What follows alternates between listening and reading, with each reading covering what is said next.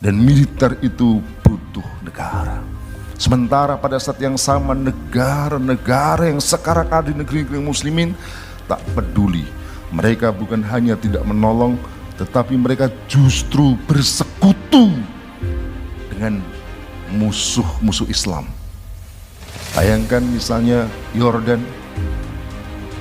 bukan hanya tidak menembakkan satupun peluru kepada tentara Israel, bahkan Yordan ketika ada rudal-rudal dari Iran justru ditembaki. Dan dia beralasan demi keamanan negara, tidak boleh ada yang melintas di udara kami. Anehnya, Yordan membiarkan pesawat-pesawat Israel datang menggempur Iran, selamat pulang dengan selamat. Jika yang lewat di udaranya adalah tentara Israel, rudal-rudal Israel dibiarkan. Begitu ada yang membantu Palestina justru ditembaki. Di mana? Mereka bukan hanya tadi saya katakan tidak membantu, tapi bahkan justru bersekutu dengan musuh Islam. Mesir sama.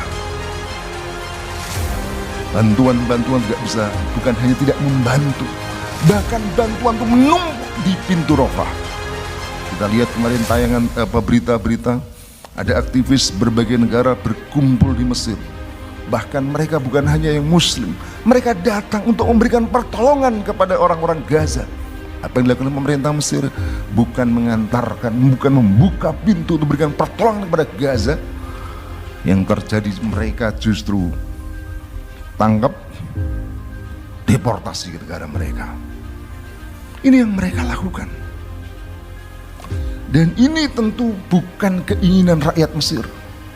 Ini adalah kebijakan penguasa mereka.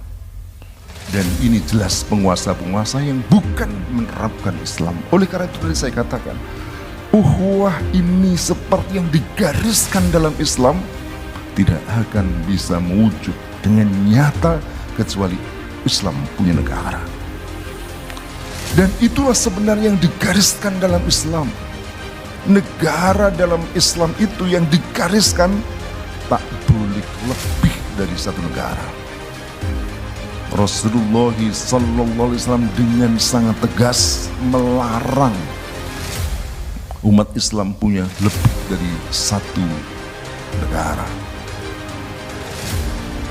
Larangan itu bersifat tegas yang bahkan jika tetap dilanggar ketentuannya adalah hukuman mati.